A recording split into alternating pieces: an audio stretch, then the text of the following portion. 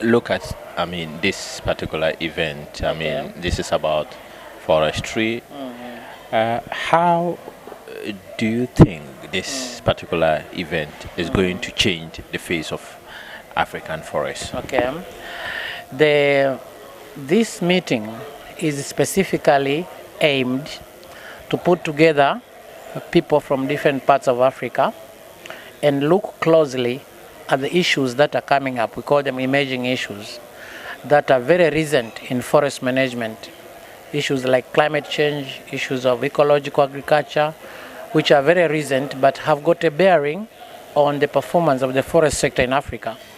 Now, after during the discussions of the meeting, we are trying to see how African universities and training institutions can improve their curriculum so that the curriculum that we use takes into consideration of these new issues.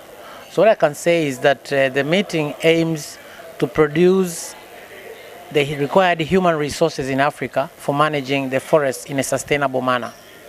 Do you think it is very important in the first place? It is very important because we manage the forests.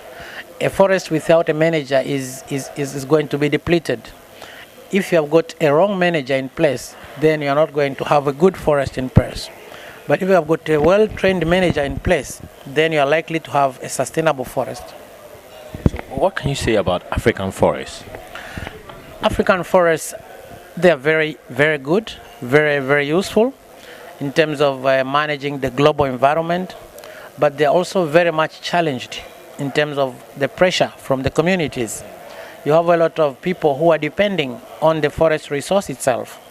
So much as they are very useful and very important globally, locally they are very much pressurized in terms of people who demand resources from the forests. This is where people get their livelihood. They depend on it for so many things. I mean, And everything. So yeah, the pressure is very immense at community level, but the importance in global level is very immense also because everybody is looking at it in terms of maintaining the good environment that we have. but once we don't have any alternative for the people, they will continue to deplete it. At this point, what do we need to do? What we need to do is what we call sustainable management. Sustainable management is not about not using the forest, is using the forest in a wise way. Every forest has got what we call annual growth. You know, it's like when you grow, you put on weight every year. So according to good management practices, you only harvest amount which is equivalent to the annual growth, and then you sustain the size of the forest or the productivity of the forest throughout. And that's where you need good managers who can balance between the forest growth and the out extraction that goes out in terms of forest products. Once you can balance the two, then you have your management in good, sustainable manner. Should we be worried about the depletion of our forests? And what do you think will happen if we continue to do that in the next 5 years? If we continue harvesting unsustainably, definitely we'll deplete the resource because forest resources are renewable, but they need time to regenerate. It may take 30, 50 years for a tree to grow, but it can only take a day to cut it down. So what has been accumulating for a number of years can be destroyed in a matter of a minute. So what we need to do is to make sure that we match growth and extraction. Growth and extraction. You just take away what has been realized as growth, short of which you'll be eating to the capital. Yeah. I'm sure you've heard about the Ghana, case where they have to now import timber from Liberia. Yes. I'm sure you've heard about that. I heard about Do you think, does it come to you as a good news? It's not good news because that means that Ghana has not managed its forests in a sustainable way, and the importation is only a short-term measure. I think the most long-term measure is to have a situation whereby you now plan. You have good plans for managing or establishing forests from within, which can match with the population that you have, and make sure that your level of utilization does not exist what you can use.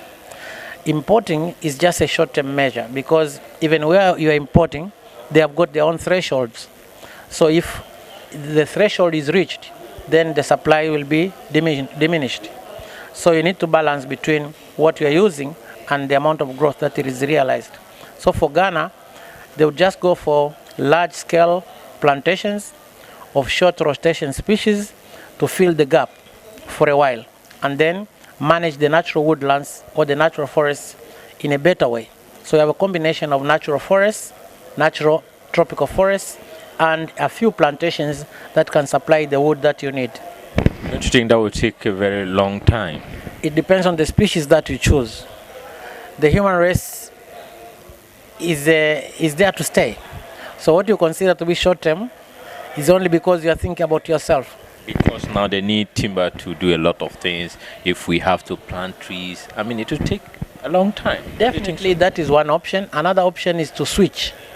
For example, we see a lot of switching now in Tanzania. People are switching from using, let's say, wood for construction purposes. They are using metal instead of wood. And that lowers the demand of lumber and the other products. So there are issues of exploring the alternatives instead of just depending on one product. But the demand for lumber will always be there. So you need to see how you balance between the different alternatives that exist. What are you doing here differently that you think Ghana needs to copy from you? I'm talking about Tanzania in particular. What exactly are you doing here differently to sustain your forest? Yes. First of all, we have a very, very elaborate policy that talks of how we can involve communities in management of forests. You know, I told you from the beginning that the greatest pressure on the forest resources comes from the communities that surround the forest. So if you have a policy that gives you room to involve the communities in the management of the forest, then you are likely to be able to manage the pressure that is exerted on the forest. That's what we have as number one in our policy. We have mechanism for allowing communities to participate in forest management. Secondly, we have a law, Forest Act, which is very much supportive of the policy, which backs up the policy that has been established. We have a national program that supports the policy and makes sure that whatever is set aside as conserved forest remains as conserved forest. What is set aside as plantation forest for productive purposes and for utilization is used seriously on that one.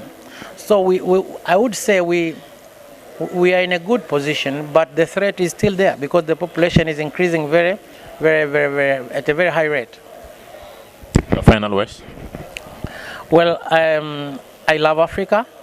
I know that Africa without trees will be a bad place to live. So I urge everybody to make sure that we manage our forests in a sustainable manner. We use professional foresters in a good way to the level that we realize sustainable forest management, which is very important for the existence of our very continent. Have you been to Ghana before? Yes, I've been there once. When will you visit Ghana? I don't know. When I get the next opportunity, I will. I went there in a meeting like this one, and that was back in 1994. So when you go there and you are being asked by the Forestry Commission to tell them just one thing that you think they should change about the Forestry Commission in the country, what would you tell them? I'll tell them to recruit committed foresters, people who are committed to manage the forest, not to overutilize the forest. Thank you very much. Yeah, thank you.